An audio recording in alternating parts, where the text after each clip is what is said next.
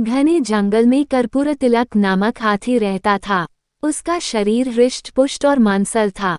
जब भी उस पर दृष्टि पड़ती, जंगल में रहने वाले सियारों के मुंह में पानी आ जाता।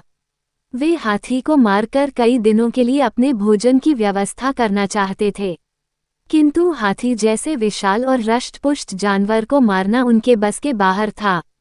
अन्य सियारों की मंशा जानकर उनके दल के सबसे वृद्ध सियार ने एक दिन सभा बुलाई और बोला, मैं एक ऐसी युक्ति जानता हूँ जिससे हम इस विशालकाय हाथी का कामतमाम कर सकें। यदि तुम वैसा करो जैसा मैं कहता हूँ, तो इस हाथी के मांस का हम कई दिनों तक भक्षण कर सकेंगे।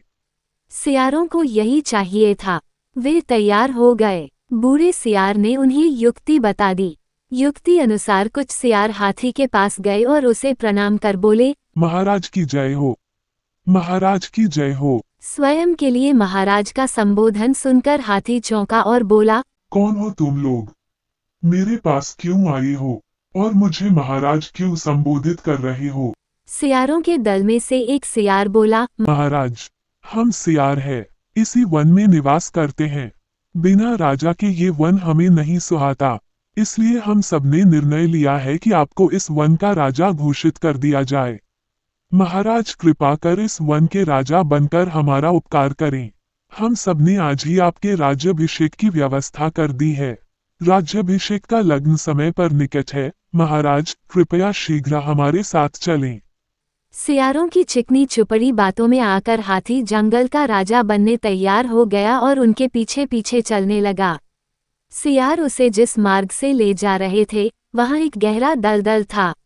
अनभिज्ञ हाथी दलदल में फंस गया।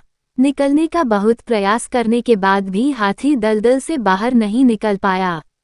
उसने सहायता के लिए सियारों को पुकारा, अपने होने वाले राजा की सहायता करो। तब सियार बोले, ऐसा मूर्ख हमारा राजा कैसे हो सकता है? तुम्हारी तो यही गत होनी थी। तुम हमारा आहार हो, तुम्हारे मांस का भक्षण कर हमारे कुछ दिन मजे से कटेंगे। हाथी अपनी मूर्खता पर पछताने लगा। वह दलदल से निकल नहीं पाया और वहीं उसके प्राण पखेरु उड़ गए। सियारों ने छककर दांत उड़ाए।